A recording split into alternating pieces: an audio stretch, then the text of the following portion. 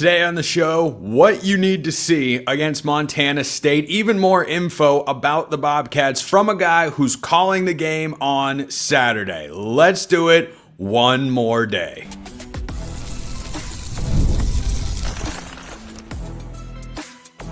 You are Locked On Ducks, your daily podcast on the Oregon Ducks. Part of the Locked On Podcast Network, your team every day.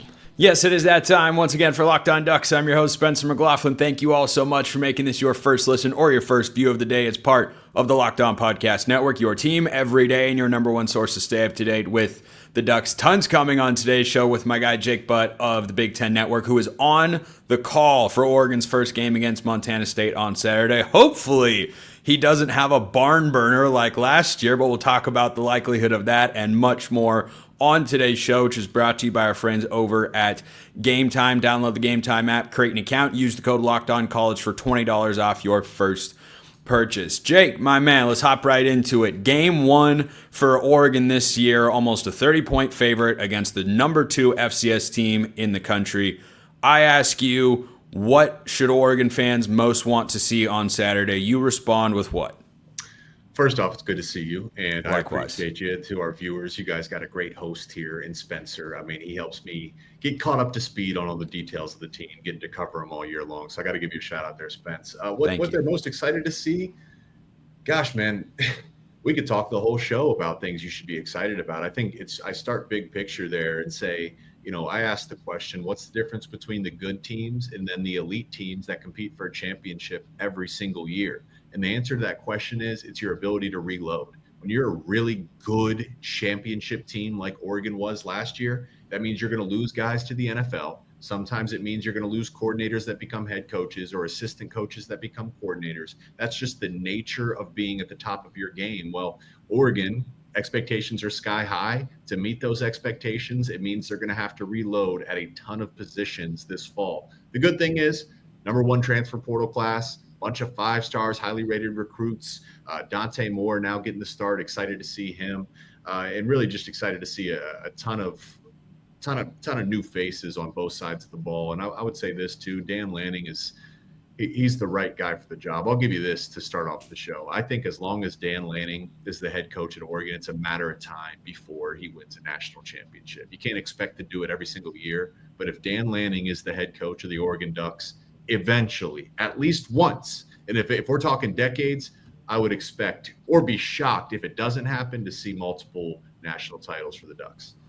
Do you have, and I believe when you say number 1 transfer portal class, you're referring to the Big Ten landscape specifically. Correct. I think they were number 7 or so nationally. But when you look at Oregon from afar and call their games and are around the program, talk to coaches and players and everybody, do you come away with a 30,000-foot view saying, yeah, I expect Oregon to be the same level of a national title contender as they were last season?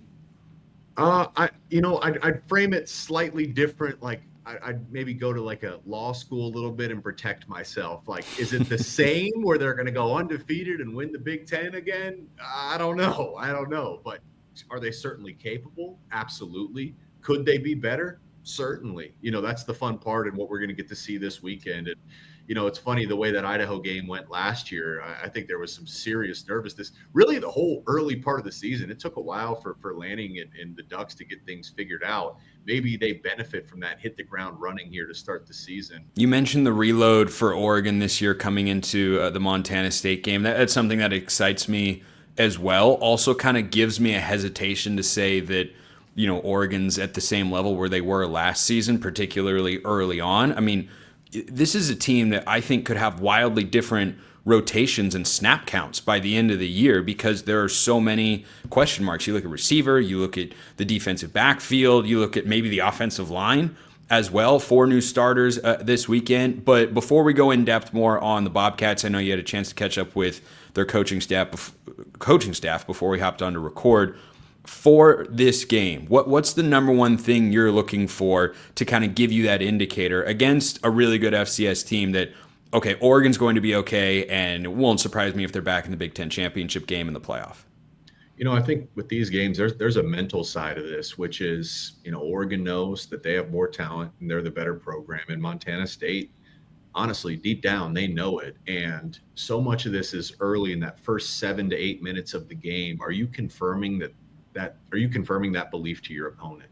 If you're Oregon, are you able to impose your will to remove any level of excitement in Montana State's head that they're going to be able to compete the way Idaho did last year? I think if you're Oregon, you want to go down there and dictate the terms of this game. And I know we're all excited to see Dante Moore spin the ball, but I'd love to see them run it. I mean, I get the sense that they feel they're 4 or 5 deep in the running back room, and this offensive line and tight ends should be able to impose their will up front. And then defensively, it was true. Idaho really couldn't move the ball last year, and that was because of the Ducks' defensive line.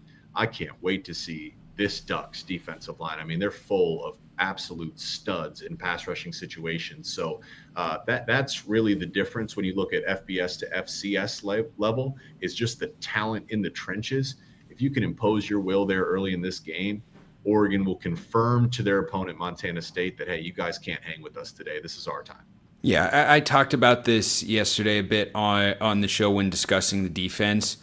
It should be able to look really good on that side of the ball. Offense, I'll give a little bit more leeway.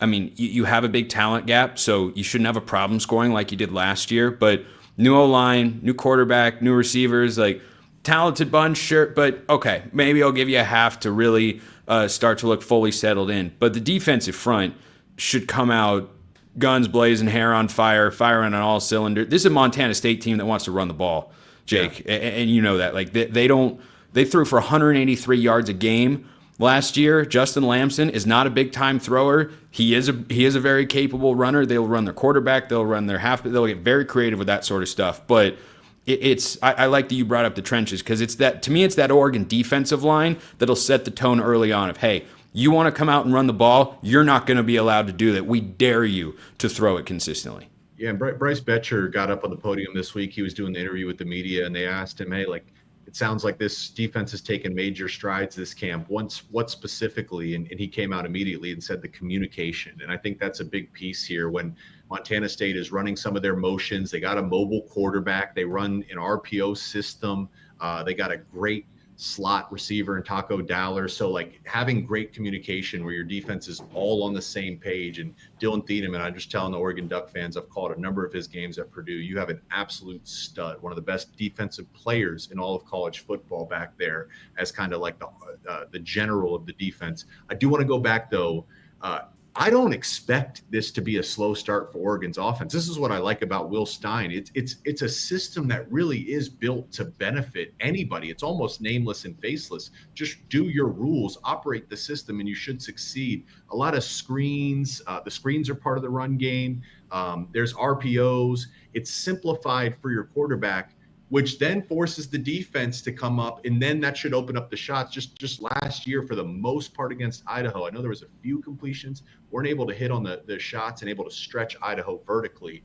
I would love to see this year start with some of those screens in those quick games, and then, man, wouldn't it be great to see DeCorian Moore take the top off the defense and connect with Dante Moore? Yeah, one of the players I'm most excited to watch coming into this year. We'll get to that later on the show. A better breakdown than even what I gave you yesterday at Montana State is coming up. And the late line movement. I didn't see it coming, but it happened. We'll get Jake's thoughts on that. Plenty more coming with Jake Butt of the Big Ten Network.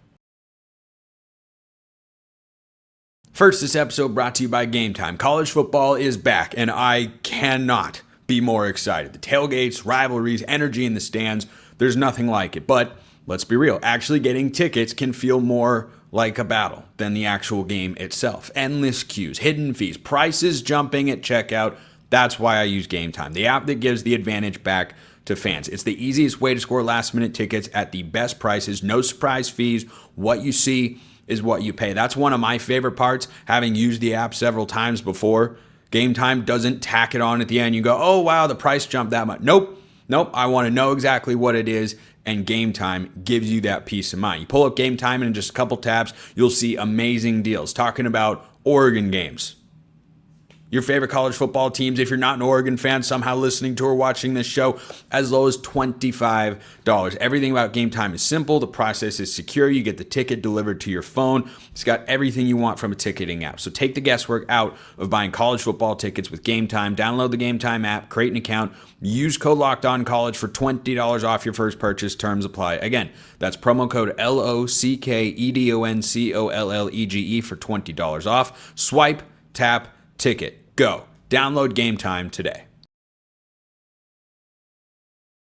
So let's start with Montana State before we get to Oregon's win total dropping on FanDuel to 9.5. You talked to the Montana State coaching staff, and I've been a part up close on the Southern Utah side of things of these FCS, FBS games, and there is kind of that thought in the back of your mind. What, coaches try to put it down, and I let players think about it, whatnot. But in the back of the mind, there is an understanding of, we know what's going on here. We know why this game is taking place. It's an important part of college sports. I think this is good for Oregon. This helps Montana State. They're going to get a nice fat paycheck when they go home. Hopefully, Oregon gives them a sound beating on Saturday as well. Just on the field, not anything off the field, of course, but. For this Montana State team, aside from the rushing attack and Justin Lamson, who played against Oregon a couple of years ago, didn't have a lot of success with Stanford, what else should Duck fans know about this Bobcats team?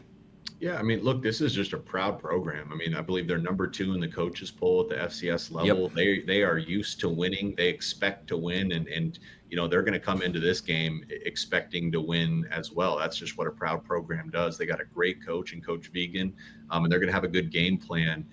It starts there offensively with the run game. I think with their new quarterback that they feel like they can find more balance offensively.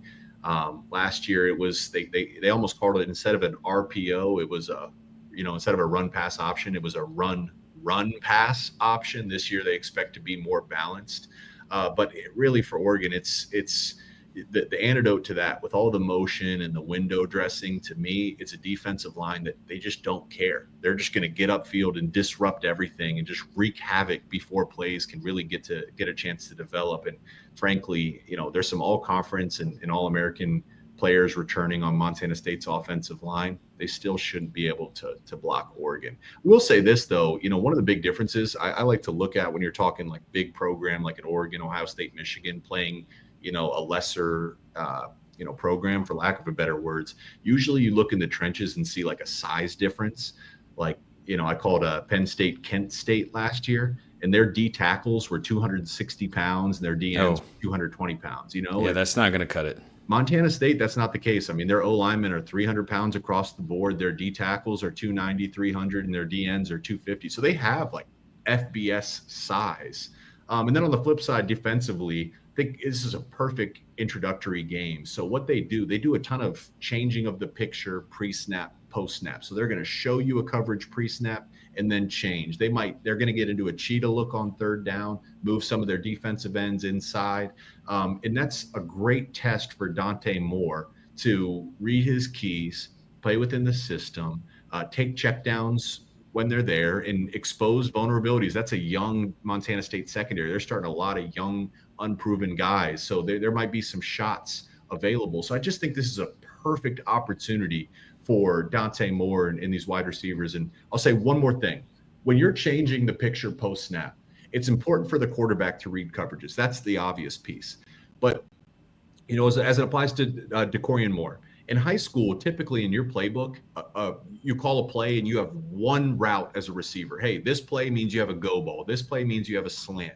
Well, in Will Stein's system and in complex college systems, one play typically could mean 2 or 3 different routes based on coverage adjustments or hot routes if they're bringing pressure. So it's not just for Dante Moore to be able to see and feel the post-snap changing of the picture. It's the new wide receivers as well, and then it's the collection of quarterback, wide receivers, tight ends being all on the same page. So it's a bit of an academic test for these guys, which I think is just going to be extremely beneficial for them as they get started this season. I want to go back to that Montana State offense and something that you mentioned, because at the end of last year, and I've talked about Tosh Lupoy a lot on this podcast in the lead up to this season, Oregon fans have some strong opinions about him as Oregon's defensive coordinator. Last 2 games of the year, the defense struggled mightily with motion, shifts, and tempo. Their communication wasn't good enough. It was not there. Penn State exposed it. Oregon survived the game. Ohio State capitalized on it and brought a superior defensive game plan and personnel to get what happened in the Rose Bowl. But did you get the sense when Bryce Betcher talked about, the communication being there, that was a part of it? Because I've heard Tosh Lupoi talk about that in the offseason, that there were some schematic elements that Ohio State were able to take advantage of, especially with regards to certain checks that Oregon got into in the first game that were beneficial. Did you get the sense at all that was a driving force behind Bryce saying our communication is a lot better? Because there were several times in the Rose Bowl, you can go back and look at the Jeremiah Smith touchdown. Oregon's defense is not set. Ohio State gets up to the line quick. They're running an incredibly simple concept. It's just an RPO with Jeremiah Smith dragging into the flat, and Bryce is looking around and trying to get everybody, and then the ball is snapped, and he goes for a big touchdown. Did that come off to you at all? It seemed more like it was in the context of some of the new faces they're starting in the secondary. Hey, Bryce, how confident are you in those guys behind you? And he said, hey, listen, I feel like their communication has come a long way, and that there's a certain level of trust there. And what I'd say to that is, look, when you lose a game, you always find the reason why. And I know you beat Penn State, but that Penn State, that was the best game Drew Aller played against a quality defense all year. I was really impressed, and to be honest, somewhat shocked he was able to do that against your defense. So when those things happen, you find a reason why. But gosh, those are 2 good opponents too. I mean, Oregon's defense wasn't the only defense to look like that against Ohio State. I mean, that's just a good football team. Drew Aller is a first-round pick. Tyler Warren is a stud tight end. I mean, they had great running backs and a great offensive line. You have to tread carefully of trying to overcorrect. Sometimes these things just happen in football, but I do think communication at a high level should be a standard regardless of any great defense. So for Oregon this year, their win total all offseason, and I've said it's more about the schedule than maybe the team itself, which I expect to be good. I expect this to be a playoff team. If they go 9-3 and miss the playoff, then I'd consider that a disappointment. I just think with the expanded playoff where Oregon is at, they should expect every year to be a top 10 recruiting power and a college football playoff team. The other day, in something that surprised me, I learned that there are a great number of people out there, or just a handful of people with a lot of money, that have moved Oregon's preseason win total in the regular season from 10.5 down to 9.5. Does that surprise you at all, that someone out there, when it's late like this, typically that's seen as sharp money, but it's not coming from the odds makers themselves? That is, there's so much money coming in on Oregon under 10.5 wins that they feel they need to adjust the line down to 9.5. What do you make of that? To me, I look at their schedule and I know this conference really, really well, and I'll just highlight a few things. 10.5 means you need 11 wins, so you need to go to 11-1 to hit the over. 9.5 means 10-2 to hit the over. 10-2 would still be a really great season, and 10-2 is in the playoffs. Why 10-2, you get in the playoffs. Oregon State is that's a rivalry game, right? Like, anything can happen. We understand that. At Penn State, that to me is the best environment I ever played in. That crowd is rowdy and rocking. It's extremely challenging, and that is a very long road trip. Penn State is a much more veteran and proven team than Oregon at this point. So it's early in the season, road game. It's going to be a tough matchup. I'm sure some people accounted for, hey, maybe that's the one loss that we can, swallow if that was the case. Okay, cool. Indiana. I think Indiana has a better team. Honestly, I like their team this year better than I did last year. You're hosting that game. Really? I do. I think Mendoza is better than Rourke. I think they got a stud offensive line, and they'll be healthy. They got injured down the stretch of the season. The O-line could be better. I agree with that. They got All-Americans at all 3 levels on the defense. I'm just saying, okay? And then here's 2 more things. Obviously, you guys know Washington really well. That's at Washington. They don't lose at Washington. That's not a place they lose often. And then at Iowa on November 8th, I understand the jokes about Iowa's offense. They took big strides last year, and I like their quarterback in Gronowski. I was undefeated my senior year. I think we were 10-0, on the road, Iowa, Kinnick night game. We were number 2 in the country. Iowa was unranked. No way should they have hung with us, and we lost. I remember that. That was a game-winning field goal, right? Yes. I remember watching that game on TV. I forgot you were a part of that. They beat the crap out of Ohio State a few years later at home. Again, a game they had no business being in. But it's one of those things. College football, that's the magic of college football. That's what you don't get in the NFL. It's like these environments create weird, and it's young college kids. That to me is really about the line. It's like, hey, maybe as we're looking at this, it's not going to be as easy to go 11-1 or 12-0 this season. There's some really tough road matchups and challenging environments. Maybe we'll move the line down to give us a little insurance. I don't think it's a discredit of what Oregon can be this year. Okay. Yeah, I remember that Iowa game. I remember watching that one on TV. Trying to block it out of my memory. Yeah, I figure. Yeah, yeah. I get it. That was my chance to go to the playoffs and Big Ten championship, and it slipped right through our hands. Oh, that's not great. Oregon's got that chance. We all know that. But what excites Jake Butt the most about Oregon this year? You'll have to stick around to find out. First, this episode brought to you by Upside. Hey, Locked On Ducks fans, are you still paying full price for gas? Stop leaving money behind. Get real cash back every time you fill up with the free Upside app. Simply download the free Upside app in the App Store or Google Play right now and start earning cash at the pump today. Use my limited promo code football and get an extra 25 cents back per gallon on your first fill up. You could make up to $300 a year just from buying the gas you already needed. At first, you might think it's too good to be true, but it's totally legit. Real people are getting paid just to make their daily commutes, and you can too. Plus, you can cash out anytime to your bank account, PayPal, or an e-gift card for Amazon and other brands. Don't let this offer drive on by. Download the free Upside app now using my limited time promo code FOOTBALL, which is back. Football is here. And use that code FOOTBALL for a limited time. 25 cents per gallon bonus is what you're going to receive. That's promo code FOOTBALL. Offers vary by user and location. Go to upside.com for terms and conditions. Go check out the Upside app today. Jake, this Oregon team that you're going to get to see as a part of the broadcast on Saturday has a lot of things that are going to excite me. I'm just excited to see a depth chart, frankly. Like I could do 2 weeks of content on the show if Dan Lanning walked up to me and said, Spencer, here's a depth chart for our first game of the year. I could get 2 weeks of content.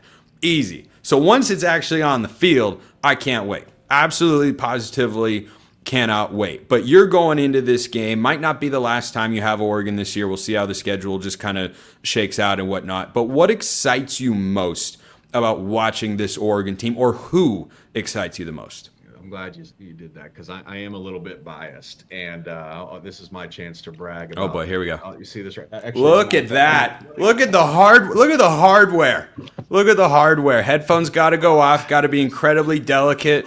This is not a prop, folks. If you're watching on YouTube, this is heavier than you would think. Okay. Is it heavier? Is it heavier? Look at that. Pretty heavy. That's why I'm sweating right here. Look at that. This is the John Mackey Award, okay? And I sit on their board because I watch a ton of college football, as I'm sure a ton of your viewers do. And what excites me, better yet, who excites me? Kenyon Sadiq.